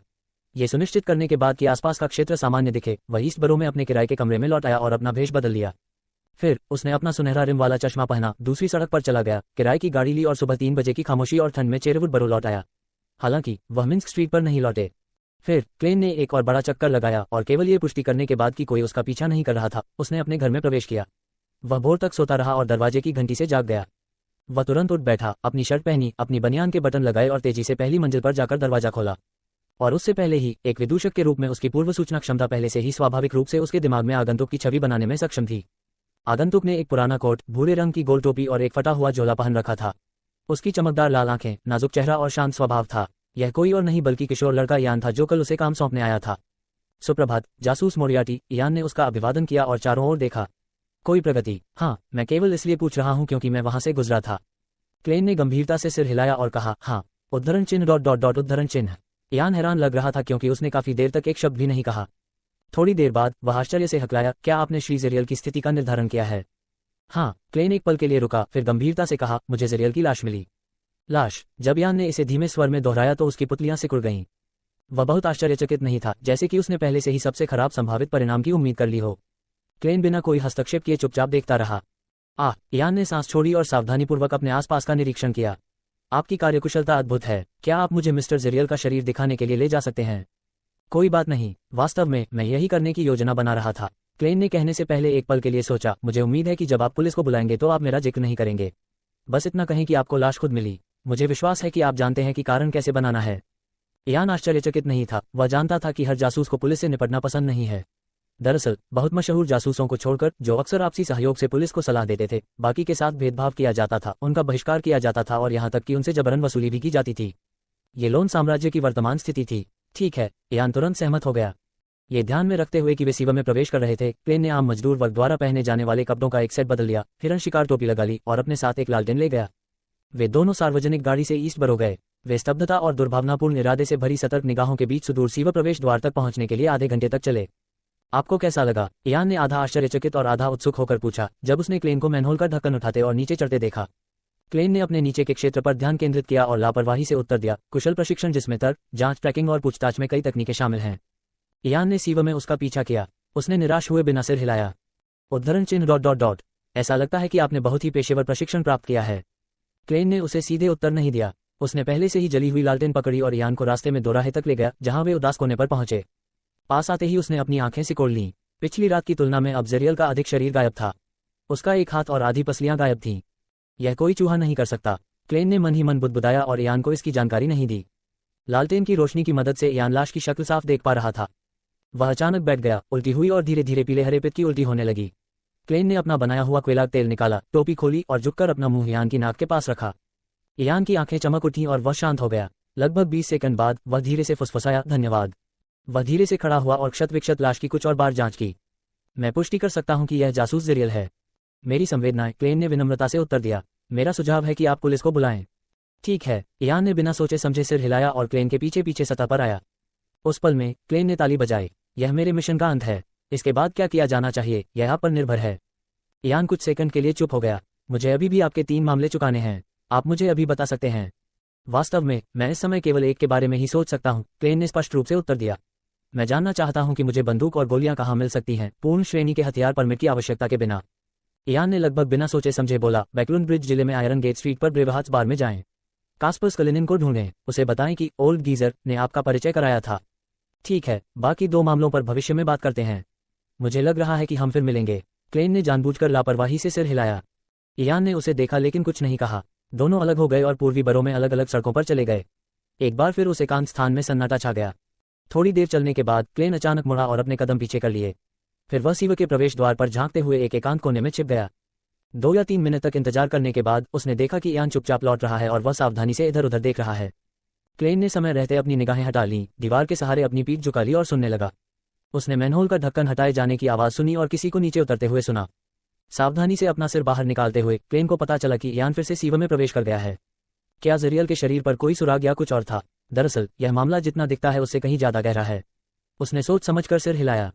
अपनी जिज्ञासा को संतुष्ट करने के बाद क्लेन ने वास्तव में जाने का फैसला किया और 2 दिन बाद कास्पर की तलाश करने की योजना बनाई। चाय के समय विस्काउंट ग्लैंड एम्प्रेस बरो स्थित अपने घर में थे। अध्ययन का दरवाजा कसकर बंद कर दिया गया था, जिससे अंदर के 4 लोगों को बाहर सैलून में भाग लेने वाले मेहमानों से अलग कर दिया गया था। जियो, फोस, ये वह इनाम है जिसके आप दोनों हकदार हैं। हल्के पीले रंग की लेस वाली पोशाक पहने ऑड्रे ने डेस्क के पार एक उभरा हुआ लिफाफा अपने सामने बैठी दो महिलाओं की ओर बढ़ाया। जियो कुछ विनम्र कहना चाहती थी, लेकिन उसका हाथ उसके मुंह से ज्यादा तेजी से लिफाफे तक पहुंच गया था। पैसे के वजन को महसूस करते हुए वह केवल ईमानदारी से कह सकी, मिस ऑड्रे, आपकी उदारता के लिए धन्यवाद। आपकी ईमानदारी आपको और भी सुंदर बनाती है। जैसे ही वह बोली, उसने लिफाफे के चारों ओर की पतली डोरी खोल दी और अंदर बिल देखे। ये काली धारियों वाला एक समान ग्रे पेपर मनी था। ढेर गाढ़ा था और उसमें से स्याही की विशेष गंध आ रही थी, जिससे व्यक्ति तरोताजा महसूस कर रहा था। 10 पाउंड। जियो ने एक नोट निकाला और उसका अंकित मूल्य जांचा। उसके बगल में फोस, जो आलसी और पैसे से बेपरवाह दिखाई देता था, भी झुक गया था। ये कम से कम है। मोटाई देखकर जियो ने यह पता लगाने की कोशिश की कि कितने नोट थे। वह फोस के साथ नजरें मिलाने से खुद को नहीं रोक सकी और एक दूसरे की आंखों में आश्चर्य देखा। ये स्पष्टतः उनकी कल्पना से कहीं अधिक था। ऑड्रे मंद मंद मुस्कुराए और बोली, कुल 800 पाउंड। तय करें कि आप पैसे को आप दोनों के बीच कैसे बांटेंगे। मुझे बहुत खेद है कि इस मामले ने आपको खतरे में डाल दिया है। 800 पाउंड नहीं, माफी मांगने की कोई जरूरत नहीं है। भले ही हमें इसे दोबारा करना पड़े और संभावित परिणामों के बारे में पता हो, फिर भी मैं अनुरोध स्वीकार करूंगा। भले ही इसे समान रूप से विभाजित किया गया हो, मेरी बचत के साथ ये शेरिफ के लिए पोषण फॉर्मूला खरीदने के लिए पर्याप्त है। जियो, जो 150 सेमी से थोड़ा लंबा था, लिफाफे में नोटों को एकटक देखती रही। काश वह उन सभी को बाहर निकाल पाती और उन्हें बार बार गिन पाती।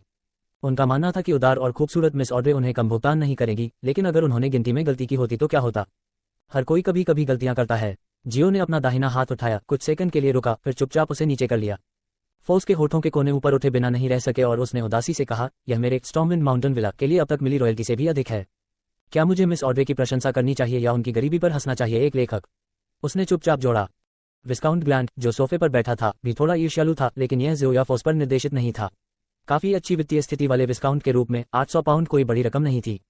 वह जिस चीज से ईर्ष्या करता था वह थी ऑड्रे की जरा सा भी बोझ महसूस किए बिना पैसे बांटने की क्षमता। अहम, विस्काउंट ग्लैंड ने अपना गला साफ किया, यदि आप एपोथेक्री का फॉर्मूला प्राप्त कर सकते हैं तो मैं आपको पर्याप्त भुगतान भी प्रदान करूंगा।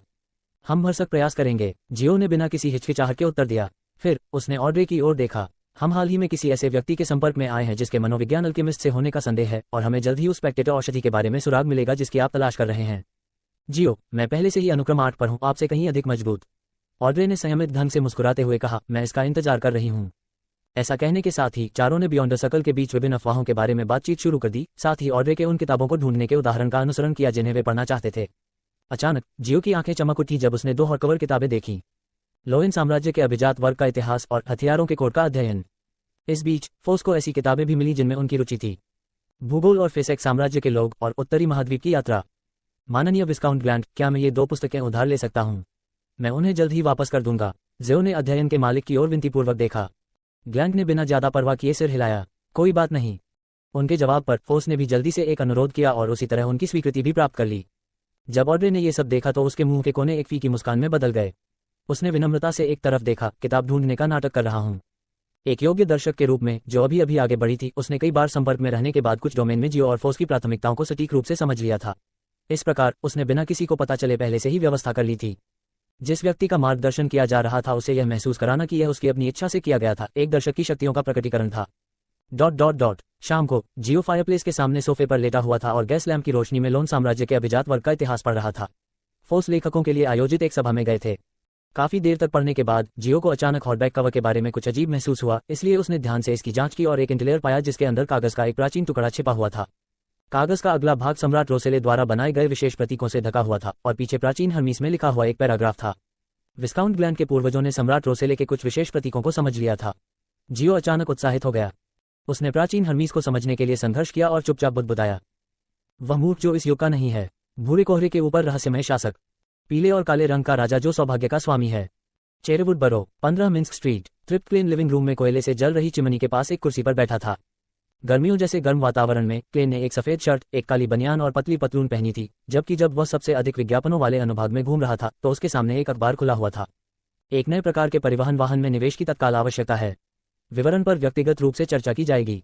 क्लेन ने एक छोटी गहरे लाल रंग की मेज से एक पेंसिल उठाकर अपनी तरफ रखने से पहले विज्ञापन को 2 बार पढ़ा और संदेश पर गोला बना दिया। यदि कल या परसों कोई कमीशन नहीं होता तो उन्होंने ये देखने की योजना बनाई कि क्या इस तथाकथित नए प्रकार के परिवहन वाहन का कोई निवेश मूल्य है। ऐसे मामलों का अनुमान लगाना असंभव था क्योंकि पर्याप्त जानकारी का अभाव था। मुझे आशा है कि यह साइकिल के समान एक उत्पाद है।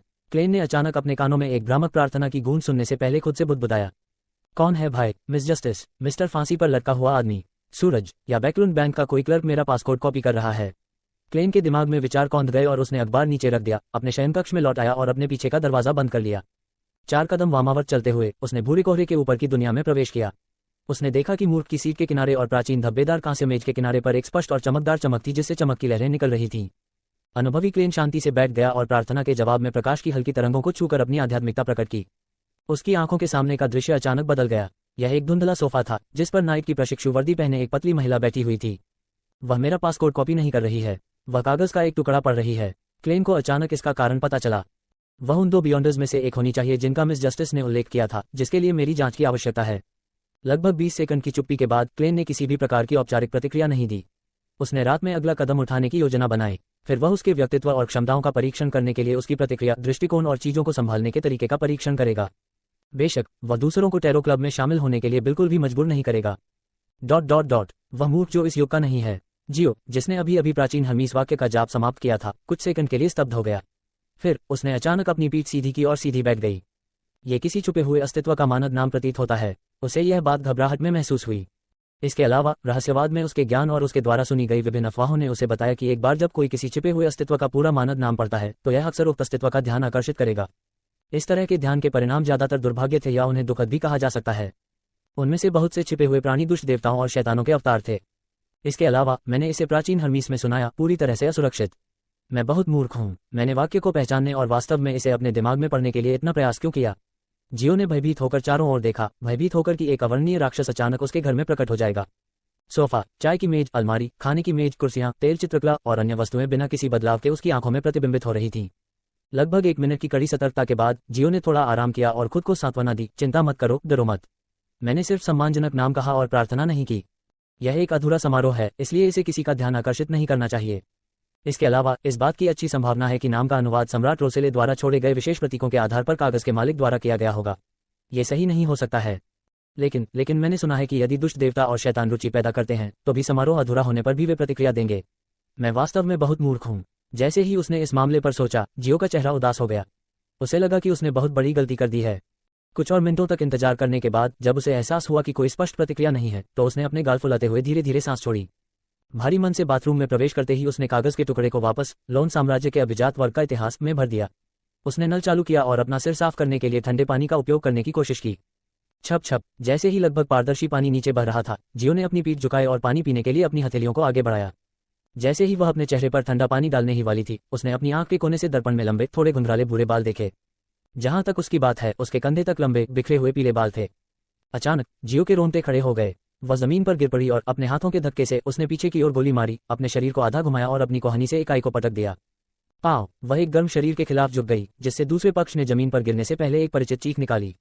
जियो ने आगे की कोई भी कार्रवाई रोक दी और अपने अच्छे दोस्त की ओर देखा, जो दर्द के कारण अपने पेट को सहला रहा था। उसकी आंखों में आंसू थे। उसके मुंह का कोना बिना एहसास हुए ही हिल गया और उसने कहा, फोर्स, तुम कब वापस आए? फोर्स ने तुरंत उत्तर नहीं दिया। दर्द से उबरने में उसे काफी समय लग गया। जैसे ही वह दीवार को सहारा बनाकर धीरे धीरे खड़ी हुई, उसने बड़बड़ाते हुए कहा, मैं अभी अभी वापस आई हूँ। जियो, क्या तुम पागल हो? तुमने स्पष्ट रूप से देखे बिना मुझ पर हमला क्यों किया? और तुमने मुझे इतनी जोर से मारा। आप कहाँ से आए? जियो ने अजीब ढंग से पूछा। बाथरूम की खिड़की से। क्यों, क्या कोई समस्या है? एक प्रशिक्षु के रूप में अपने साथ चाबी न लाना सामान्य बात है, फोर्स ने तथ्यात्मक रूप से उत्तर दिया।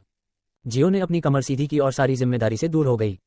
तो फिर तुम दरवाजे से बाहर क्यों नहीं गई? तुमने मुझे सचमुच अभी अभी डरा दिया है। फोर्स ने अपनी आंखें झपकाईं और कहा, अगर ऐसा है तो मुझे एक बड़ा चक्कर लगाना होगा। ये बहुत परेशानी भरा है, मुझे सीधी रेखा में चलने की आदत है। वह रुकी और उसने संदेह से पूछा, हालांकि क्या आपकी प्रतिक्रिया कुछ ज्यादा नहीं थी? जियो ने ईमानदारी से उत्तर देने से पहले अपनी गरिमा खोने या अपना जीवन खोने के बीच चयन करते हुए 3 सेकंड तक संघर्ष किया। ऐसा इसलिए है क्योंकि मैंने एक गलती की, एक घातक गलती। कौन सी गलती? फोर्स ने अपना पेट रगड़ते हुए पूछा, क्योंकि वह हैरान और चिंतित महसूस कर रही थी। जियो ने जल्दी से पूरी कहानी सुनाई कि कैसे उसने किताब के कवर में इंटेलियर की खोज की थी और उसमें कागज का एक पुराना टुकड़ा पाया था।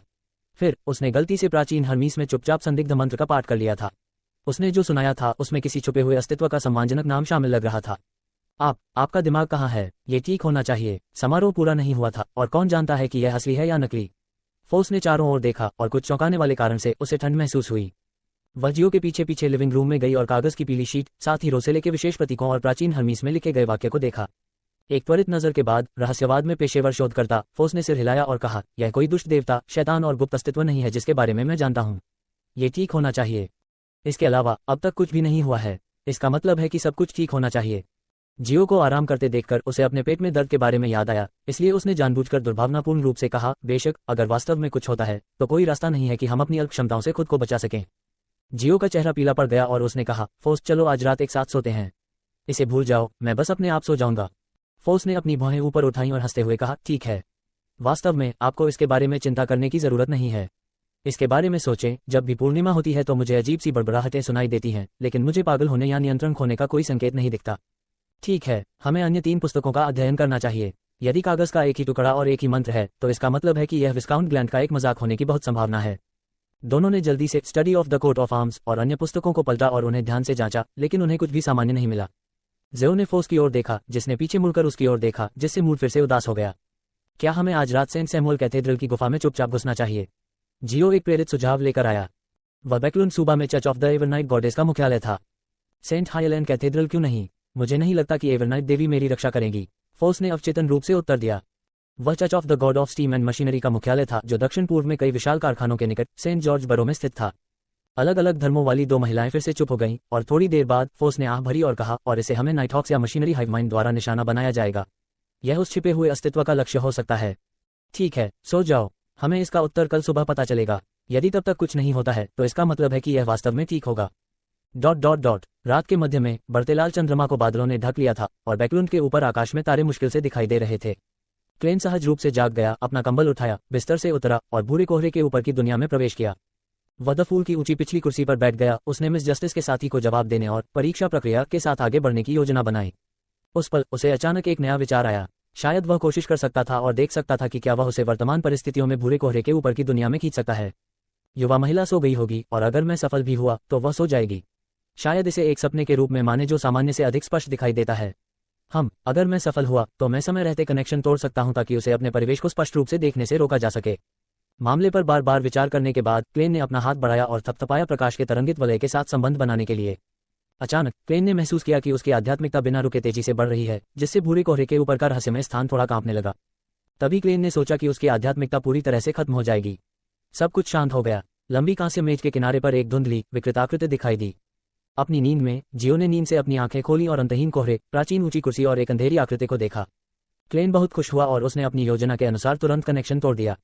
धुंधली खूबसूरत आकृति गायब हो गई, लेकिन भूरे सफेद धुंध के भीतर एक लाल रंग का भ्रामक सितारा दिखाई दिया। क्लेन ने इस दृश्य को देखा और एक बात की पुष्टि की। जब तक कोई उसका नाम जपता रहेगा, वह उस व्यक्ति को भूरे कोहरे से ऊपर की दुनिया में खींचने में सक्षम होगा। क्रिम्सन सितारा एक स्थिर संबंध का प्रतीक था। हालांकि कुछ सीमाएं हैं। अपनी वर्तमान ताकत के साथ अधिक से अधिक मैं एक और संबंध स्थापित कर सकता हूं। मेरे पिछले अनुभवों के आधार पर मेरी वर्तमान आध्यात्मिकता केवल उन बियोंडर्स को अपनी ओर खींच सकती है जो मुझसे एक क्रम ऊपर हैं, और यह जरूरी नहीं कि सफल हो। यह सिर्फ एक प्रारंभिक निर्णय है, इसलिए यह कोई समस्या नहीं होनी चाहिए अगर यह मेरे जैसा या उससे कम अनुक्रम का कोई व्यक्ति हो। क्लेन ने संतुष्ट महसूस करते हुए सोचा। उसे प्रतिक्रिया देने की कोई आवश्यकता नहीं थी। उनका प्रयास पहले ही काफी हो चुका था। ... जियो नींद में ही उठ बैठा। वह पूरे समय मानद नाम जपने के संभावित खतरों के बारे में चिंतित रही थी। सो जाने के कुछ ही समय बाद उसने एक रहस्यमयी जगह का सपना देखा और ऊपर से उसे नीचे की ओर देखती हुई एक धूसर धूमिल आकृति दिखाई दी। सपना इतना स्पष्ट था कि जियो को डर लगने लगा। उसने अपने बगल में सो रही फोर्स को देखा और कांपते हुए सोचा, क्या यह डर के कारण होने वाला एक दुष्स्वप्न है, या क्या यह उस ध्यान के कारण है जो मैंने किसी छिपे हुए अस्तित्व से आकर्षित किया है, जिसके परिणामस्वरूप मुझे बुरी आत्माओं का सामना करना पड़ा। कल रात बियोंडर्स का जमावड़ा होने वाला है। फॉर्मूला खरीदने के अलावा मुझे एक ऐसे व्यक्ति को ढूंढना होगा जो खुद को शुद्ध करने के लिए बुरी आत्माओं को भगाने में अच्छा हो। ... एक धुंधली सुबह में अपनी खाने की मेज पर बैठे हुए क्लेन ने अपनी विशेष रूप से खरीदी गई गेहूं की रोटी को तोड़ा और उसे दूध में भिगोया, जिससे उसके खाने के तरीके में सुधार हुआ। हालांकि उनका शरीर बहुत पहले ही बदल गया था, लेकिन व्यंजनों के प्रति उनकी खोज और जुनून उनकी आत्मा में अंकित हो गया था। वह लोन किंगडम की नाश्ते की नीरस और दोहरावदार शैली को अपनाने में पूरी तरह से असमर्थ था। वह केवल प्रयोग करने की पूरी कोशिश कर सकता था। उन्होंने खुद को टोस्ट, ब्रेड, बेकन, सॉसेज और मक्खन तक सीमित न रखने की कोशिश की। उन्होंने सीमाओं का विस्तार करने और अपने खाने के तरीके में सुधार करने के लिए कड़ी मेहनत की। उदाहरण के लिए, उनके व्यंजनों में दक्षिण से सुअर के मांस से भरी पेस्ट्री, फेनापोटो नूडल्स और भुनी हुई मकई पेस्ट्री जैसे नए व्यंजन शामिल थे। फेसेक साम्राज्य का कैवियार बुरा नहीं है, लेकिन ये बहुत महंगा है। ये केवल औपचारिक भोजन के लिए उपयुक्त है। क्लेन ने गेहूं की रोटी का एक छोटा सा टुकड़ा उठाया जिसे उसने नरम किया था और अपने मुंह में डाल लिया। बस उसे थोड़ा सा चबाने से ही उसे गेहूं की खुशबू के साथ दूध के स्वाद का मिश्रण महसूस हो गया। रोटी का स्वाद और भी मीठा था। नाश्ते के बाद क्लेन ने अपनी कटलरी नीचे रख दी, लेकिन उसे टेबल को साफ करने की कोई जल्दी नहीं थी। उसने अखबार उठाया और पढ़ने लगा। मैं थोड़ी देर में भविष्यवाणी करूंगा। यदि करने के लिए और कुछ नहीं है तो मैं श्रीलेपर्ड से सेंट जॉर्ज बरो के सिल्क स्ट्रीट का दौरा करूंगा और देखूंगा कि क्या उनका नया परिवहन वाहन निवेश करने लायक है। बैकलैंड वास्तव में बड़ा है। प्रत्येक नगर लगभग टिंगन शहर के आकार का है। ईस्टबरो विशेष रूप से हास्यास्पद है। ये कम से कम 2 गुना बड़ा है। यात्रा करने का सबसे आसान और सबसे किफायती तरीका पैदल चलना है, उसके बाद दोबारा चलने से पहले स्टीम मेट्रो का इस्तेमाल करना। ये बिल्कुल समय की बर्बादी है। क्लेन का दिमाग बिना किसी उद्देश्य के भटक रहा था। बैकलैंड की सार्वजनिक घोड़ा गाड़ी प्रणाली टिंगन के समान थी। कीमत लगभग समान थी, लेकिन एकमात्र समस्या ये थी कि उनमें से अधिकांश एक ही नगर तक ही सीमित थे। यदि कोई चेरवुड से सेंट जॉर्ज जाना चाहता है तो कुछ स्थानांतरण की आवश्यकता होगी और इससे स्वाभाविक रूप से कीमत बढ़ जाएगी। ऐसी स्थिति ने एक नए परिवहन वाहन की संभावनाओं को बहुत आकर्षक बना दिया। दस्तक दस्तक दस्तक। उसी समय दरवाजे पर दस्तक की आवाज आई। ये हथौड़े की आवाज जितनी तेज थी। ये कौन है? क्या वे नहीं जानते कि दरवाजे की घंटी कैसे बजाई जाती है? उसने कुछ शब्द बुदबुदाए, अपना कॉलर सीधा किया, दरवाजे तक गया और उसे खींचकर खोल दिया। उसके सामने एक जाना पहचाना चेहरा था। यह हाइलैंडर व्यक्ति था जिसने स्टीम मेट्रो में इयान का पीछा किया था। उसकी त्वचा काली थी, उसकी आंखों की गोलियां धसी हुई थीं और वह दुबला पतला और साहसी व्यक्ति था। क्लेन के मीडियमशिप परिणामों के अनुसार उस व्यक्ति का नाम मेरसॉल्ट था, जो ज़मेंजर गिरोह का एक जल्लाद था जो लगभग बॉस के बराबर था। माफ करें, तुम किसे ढूंढ रहे हो? क्या आपके पास मुझे सौंपने के लिए कोई कमीशन है? क्लेन ने जानबूझकर कुछ भ्रमित होने का अभिनय किया। मेरसॉल्ट ने एक काला कोट और एक शानदार रेशमी टोपी पहनी हुई थी, लेकिन वह बिल्कुल भी एक सज्जन व्यक्ति की तरह नहीं लग रहा था। उसने बेरुखी से क्लेन को आकार दिया, फिर उसने लोइन में मोटे हाइलैंडर लहजे के साथ पूछा, क्या आप जासूस शर्लक मोरियार्टी हैं? हाँ, क्लेन ने संक्षिप्त और मधुर उत्तर दिया। मेरसॉल्ट ने कठोरता से अपना सिर हिलाया। मैं किसी को ढूंढने के लिए तुम्हें नौकरी पर रखना चाहता हूँ। हम अंदर की सटीक स्थिति के बारे में बात कर सकते हैं। क्लेन ने खुद को किसी भी तरह से अजीब व्यवहार करने से रोका। मेरसॉल्ट ने ठंडे स्वर में अपना सिर हिलाया। कोई जरूरत नहीं है। इतना कहने के बाद उसकी आंखें अचानक तेज हो गईं। मैं जिस व्यक्ति की तलाश कर रहा हूं उसका नाम इयान है। Ian right. उसकी एक जोड़ी चमकदार लाल आंखें हैं, शायद 15 या 16। उसे भूरा पुराना कोट और उसी रंग की एक गोल टोपी पहनना पसंद है। मुझे आप पर विश्वास है, उसे जानो। क्लेन ने हल्की सी हंसी निकाली। मुझे नहीं पता कि आप किस बारे में बात कर रहे हैं। मेरसॉल्ट ने क्लेन के इनकार को नजरअंदाज कर दिया। वह एक चोर है जिसने मुझसे एक महत्वपूर्ण वस्तु चुरा ली है। यदि आप उसे ढूंढ सकते हैं तो आपको कम से कम 10 पाउंड का भुगतान किया जाएगा। आपने बहुत कम सुराग दिए हैं। क्लेन ने एक बहाना बनाया। 30 पाउंड। मेरसॉल्ट ने एक नया प्रस्ताव दिया। क्लेन ने उसकी ओर देखा और कहा, नहीं, यह मेरी गोपनीयता के सिद्धांत के विरुद्ध है। 50 पाउंड। मेरसॉल्ट ने ठंडे स्वर में उत्तर दिया। उद्धरण चिन्ह ... मुझे क्षमा करें, मैं मिशन स्वीकार नहीं कर सकता। क्लेन 2 सेकंड के लिए चौंक गया, लेकिन अंत में उसने फिर भी अनुरोध को अस्वीकार करने का फैसला किया। मेरसॉल्ट ने कुछ सेकंड तक धीरे धीरे उसका अध्ययन किया, क्योंकि उसकी आंखें धीरे धीरे ठंडी और उग्र हो गईं। उन्होंने न तो नई कीमत की पेशकश की और न ही विनम्रता से विदाई दी। वह अचानक घूमा और तेजी से सड़क के अंत तक चला गया। इस गिरोह के पास बहुत अच्छी बुद्धि है। वे वास्तव में जानते हैं कि इयान एक बार मेरे पास आया था। क्लेन ने चुपचाप आह भरी, भावना से भरा, लेकिन उसे बहुत अधिक चिंता या भय महसूस नहीं हुआ। आखिरकार मैं वह व्यक्ति हूं जिसने एक बार सीधे एक दुष्ट देवता के बेटे का सामना किया था, हालांकि वह एक पेट से अलग हो गया था। जैसे ही उसने इसके बारे में सोचा, उसकी मुस्कान अचानक शानदार हो गई। वह ये तय करने के लिए सिक्का उछालने लगा कि वह आज बाहर जा रहा है या नहीं। उत्तर सकारात्मक था। अल्पविराम। सेंट जॉर्ज बरो, सिर्थ स्ट्रीट।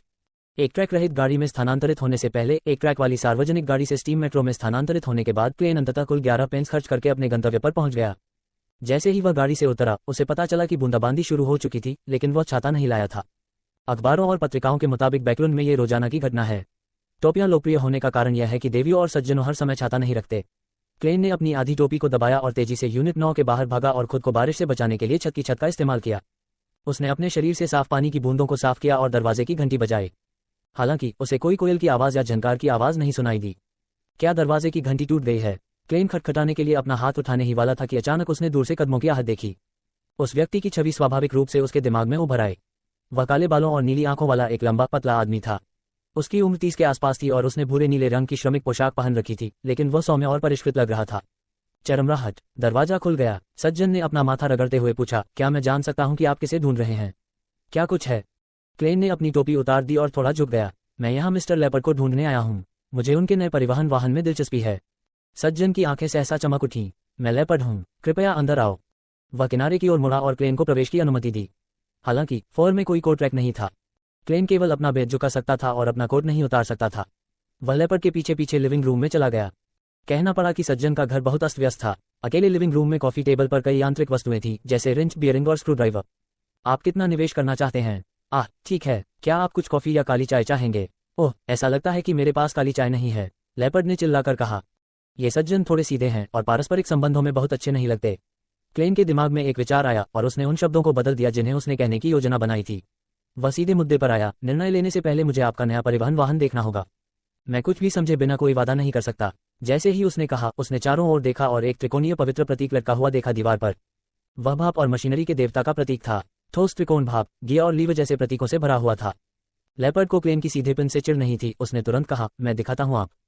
जैसे ही उसने इतना कहा, उसने अपना सिर थपथपाया। मैं लगभग भूल ही गया था, हमें ये सुनिश्चित करने के लिए एक गैर प्रकटीकरण समझौते पर हस्ताक्षर करना होगा कि आप मेरा आविष्कार नहीं चुराएंगे। श्रीमान लेपर्ड, आपके पास ऐसा नहीं है या तो एक बहुत अच्छी याददाश्त। क्लेन ने मुस्कुराते हुए कहा, यह कोई मुद्दा नहीं होगा। साधारण अनुबंध पर हस्ताक्षर करने के बाद लेपर्ड